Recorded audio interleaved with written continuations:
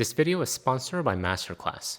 We'll discuss it more in detail later in the video. Alright, let's get right into it. We're going to review some of the most popular wealth-building habits, but I'm going to go in reverse. Money activities and habits that are popular, but not as effective in actual wealth building, to activities and habits that may be not as popular, but can really supercharge your path to wealth building.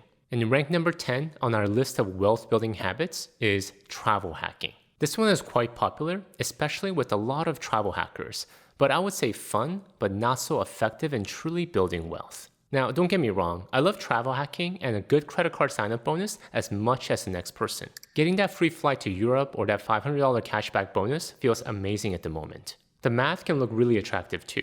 Spend $3,000 in 3 months and get 60,000 points worth $600 to $900 in travel value. Some people have turned this into a full-time hobby, juggling multiple cards and timing their applications perfectly. But here's a reality check. Even the most dedicated travel hackers might earn maybe $1,000, $2,000, even $3,000 per year from bonuses if they're really working at it. And that's great supplemental income, but it's not going to build generational wealth. The truth is that you're not going to travel hack your way to millions in net worth. And the biggest issue from my perspective, it is time-intensive activity with diminishing returns. You have to research cards, track spending, manage payment due dates, and often deal with manufacturer spending scenarios just to hit those minimums. For me personally, all that effort could be redirected into activities that actually compound over time, like investing or upgrading your career capital, which I'll cover later in the video. Rank number 9 wealth building habit, discount shopping. Another one that is quite popular, especially in saving a bit of money here and there, but not the most effective in building long-term wealth.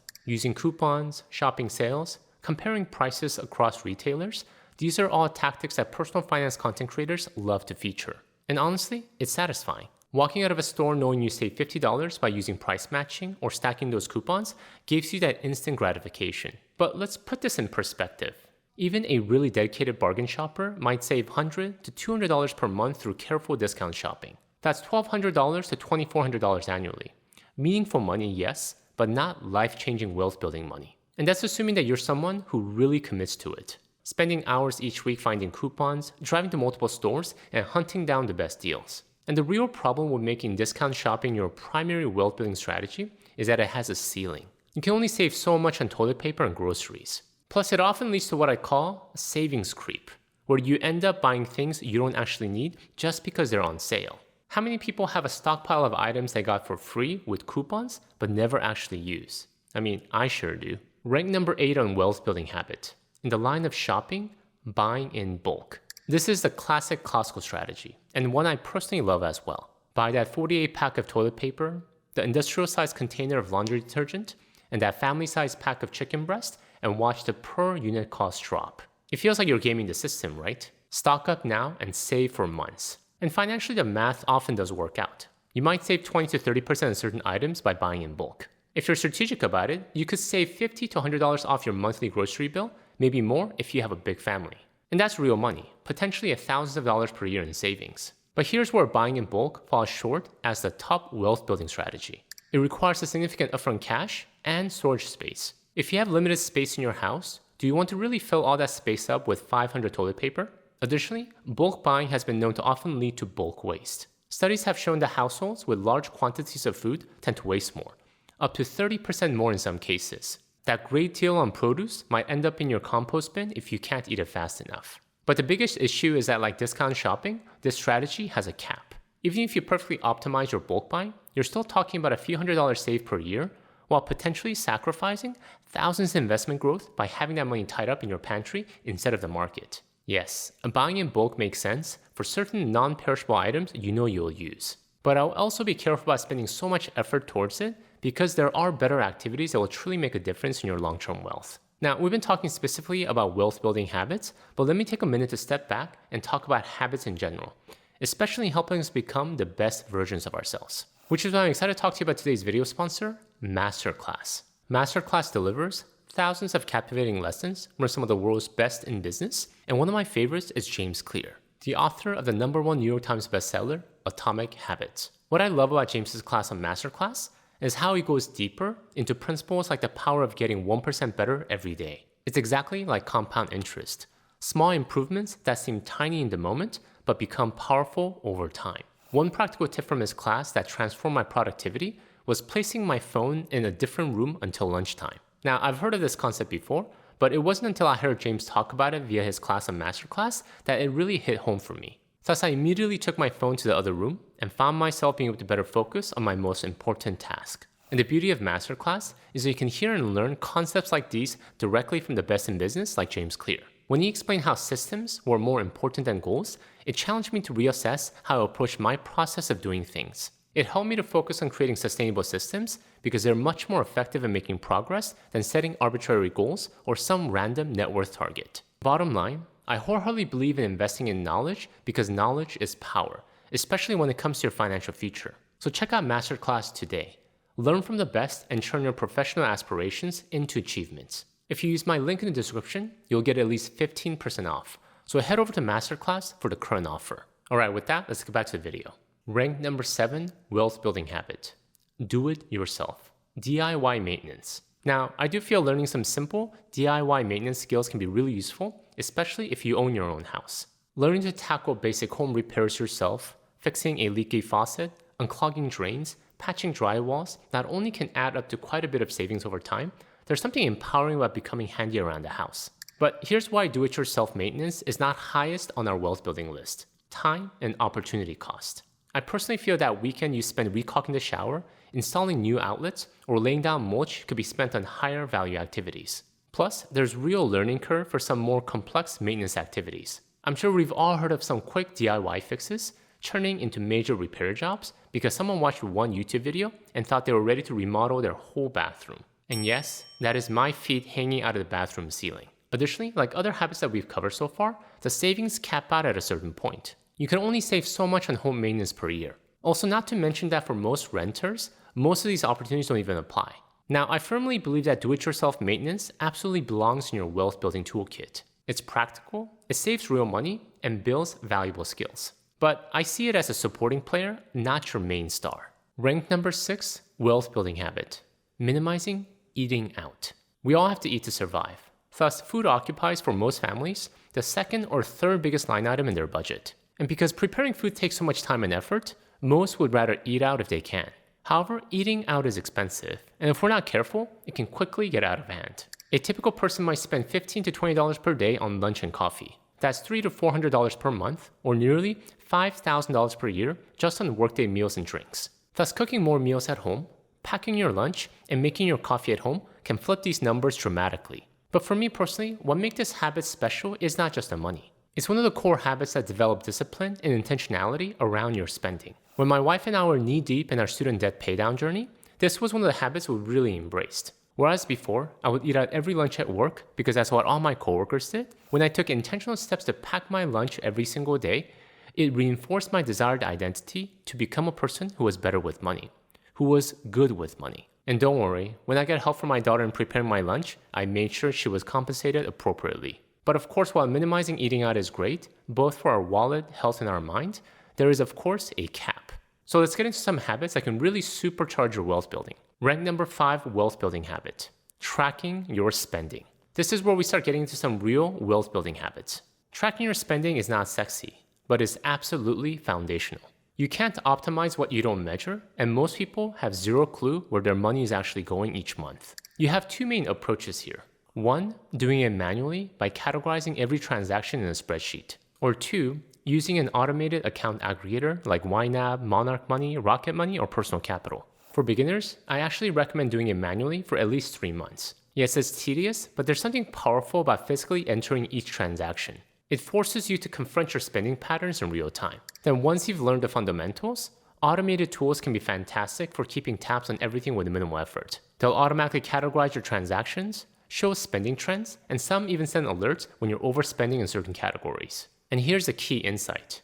Visibility, which leads to action. When you actually see that you're spending $400 a month on subscription services you barely use, or your occasional happy hours add up to $300 monthly, that awareness naturally drives behavioral change. Most people discover they're hemorrhaging money in 2 to 3 categories they never even thought about. When my wife and I first began this exercise of tracking all of our expenses, it felt like we were discovering something new about ourselves every single month. What? How much did we spend on coffee this month? That's crazy. I can't believe we bought that much from Amazon. I swear it was only $50.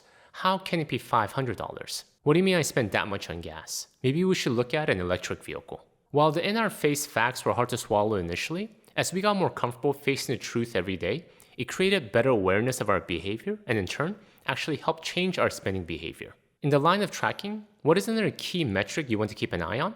Let's get into that next. Rank number 4 of wealth building habits, tracking your net worth. Now we're moving beyond just watching where your money goes to actually measuring where you're building wealth. Tracking your net worth, the total value of everything you own minus everything you owe, is like having a financial dashboard for your entire wealth building journey. This goes way beyond just looking at your checking account balance or even your investment account. You're tracking all your assets, retirement accounts, taxable investments, real estate equity, business ownership, savings accounts, and even valuable possessions. Then you subtract all your debts, mortgage, credit cards, student loans, car loans. The result? Your true financial picture. Now, most people avoid this exercise because they're afraid of what they'll see.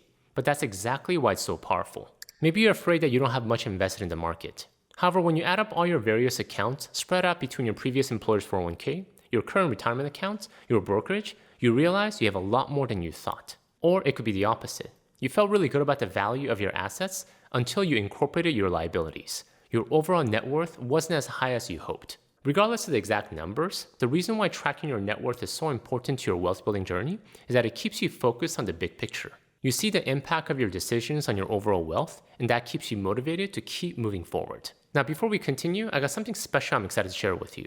Have you ever considered what your unique financial strength might be? Your money superpower? Maybe you're naturally disciplined with spending. Or maybe you have a special knack for designing your investment portfolio. Some of you might even have that valuable gift of patience that lets wealth compound over time. So I put together what I call the Money Superpower Quiz, a quick assessment that will help you identify your personal financial edge. After completing it, you will not only discover which money superpower you possess, but you also get personalized strategies designed specifically to amplify that strength as you build wealth. And the best part is completely free.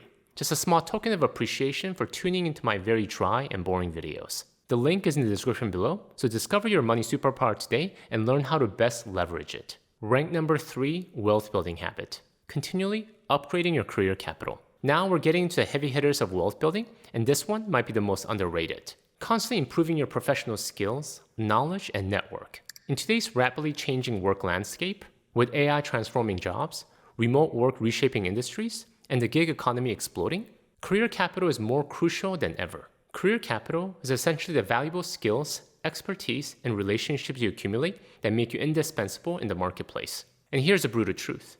Saving money and investing that money is crucial to wealth building. However, if you don't have the money to save and invest, unfortunately, you will never build wealth. Because $0 saved and invested will end at $0 regardless of how many years you give it. Thus, you have to prioritize good money-making career capital if you want to build wealth. Additionally, this habit has virtually no ceiling. Unlike saving money on groceries, your income potential can grow exponentially as your career capital compounds in our evolving economy. And this is my favorite. Because you're investing in yourself, no one can take that away from you. You own it 100%. Economic downturn, people with rare relevant skills often thrive. Industry disruption, you're positioned to adapt and capitalize. This is why continually upgrading your career capital ranks so high. It's your insurance policy and your wealth building engine all rolled into one. Rank number 2, wealth building habit. We're really getting up there now. Optimizing your investment strategy. We're in the big leagues now. This is where real wealth gets built. It's not about picking the next hot stock or timing the market. It's about building a simple, systematic investment approach that maximizes long-term growth. Let me cover some key traits of an optimal investing strategy. 1. Minimize expenses. Every percentage point you pay in fees is a percentage point not compounding for your future. The difference between 0.05% expense ratio and a 0.75 ratio might sound tiny, but over a 30-year period, that can add up to hundreds of thousands of dollars. 2. Max tax advantage accounts. Not just your 401k match. I'm talking about fully funding your 401k, your Roth IRA, and HSA if you got one. Taxes can be one of the most biggest investing expenses for most individuals if you don't effectively manage it. 3. Diversify. Ensure that your portfolio is well diversified within an asset class, across different asset classes, and even across geography. And 4. Keep it simple. Complexity is the enemy of execution. Your strategy should be something you can explain in 2 sentences and execute in 30 minutes. The ability to simplify means to eliminate the unnecessary so the necessary may speak. Alright, getting to the number one wealth building habit, the ultimate champion, automating your investments. This is it, the single most powerful wealth building habit you can develop. Not because it's complicated or requires special knowledge, but because it removes the human element from investing. The biggest threat to your wealth isn't the market crash or economic uncertainty. It's you. You making emotional and unwise decisions with your money. Most people fail at investing not because they pick bad investments, but because they don't invest enough, don't invest consistently, or panic during downturns. Well, automation solves all three problems at once. When the market drops 20%, your automated system keeps buying. When the market hits all-time highs, your automated system keeps buying. When life gets crazy and you're busy with work, family, or health challenges, your automated system keeps buying. You can cook all your meals at home, you can track all your expenses, you can learn new skills. But if you're not consistently investing that knowledge into actual wealth accumulation, you're just playing around the edges. Thus, automation makes wealth building inevitable rather than aspirational. So here's the thing. The question is not whether you can afford to automate your investments, it's whether you can afford not to. Thank you guys for watching and talking about habits. If you want to learn some opposite habits to avoid wealth-destroying habits, please check out my video here on the worst financial habits keeping you broke. Until next time, all the best.